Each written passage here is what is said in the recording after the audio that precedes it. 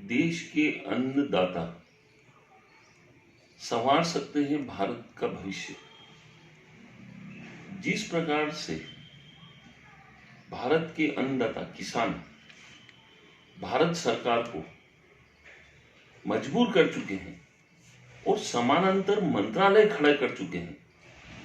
भारत के जो किसान हैं उन्होंने भारत सरकार के संविधान के दायरे में, कानून के दायरे में भारत के 9 मंत्रालयों के समानांतर वैश्विक संगठन खड़े कर दिखाए और ऐसे वैश्विक संगठन जो भारत सरकार को नीति बनाने में सहयोग दे सकते हैं, लेकिन उनकी अनदेखी करती भारत सरकार आज उन्हीं के लिए गले की फांस बनती जा रही है।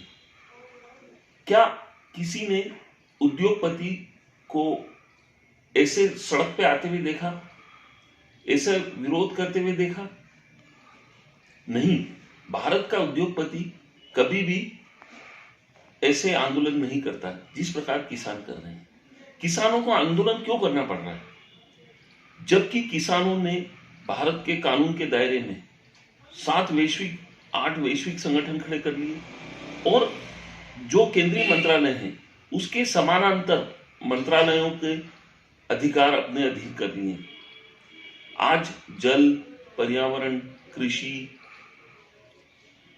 आपदा जैसे विषयों पर वैश्विक संगठन खड़े हो जाना भारत सरकार के लिए अब चुनौती बनती जा रही है, क्योंकि भारत में जो भी नीतियां बनाई जाती हैं वो राजनीति से ग्रस्त होती हैं और यहाँ पर भारत सरकार ने जो वैश्विक संगठन है उनके संचालकों पर ही कहर ढा रखा है।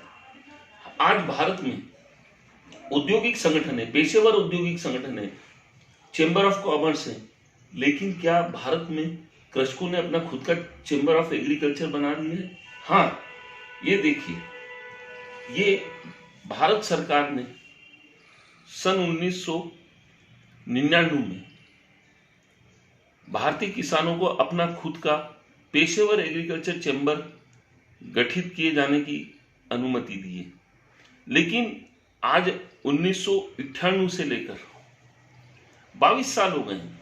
22 वर्षों में कभी भी भारत सरकार ने किसानों के इस पेशेवर संगठन से बातचीत करने की साहस दर्शाने की कोशिश ही नहीं की।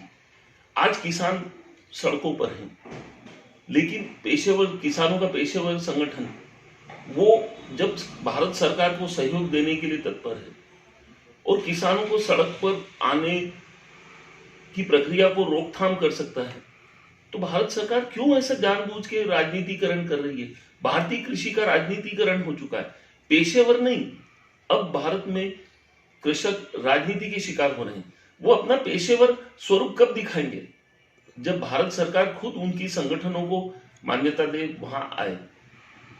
विचित्र पहलू है, जब भारत सरकार को पता लगा, आज जो वर्तमान कृषि मंत्री हैं नरेंद्र सिंह तोमर, उन्होंने अपने जिले से, अपने एरिया से संबंधित खनिज अधिकारी को संरक्षण देकर जो कृषक संगठन है कंसोर्टियम ऑफ कल्टीवेटर्स, उसके प्रबंध संचालक पर ही एक झूठा फर्जी केस डलवा दिया। जब कृषक संगठन के जो पेशेवर कृषक संगठन के संचालक है, अगर वो ही 5 साल प्रताड़ित हुए तो क्या होगा इस देश में? भारतीय कृषि नकारात्मक होगी, सरकारें फेल हो जाएंगी, सरकारें उखड़ जाएंगी।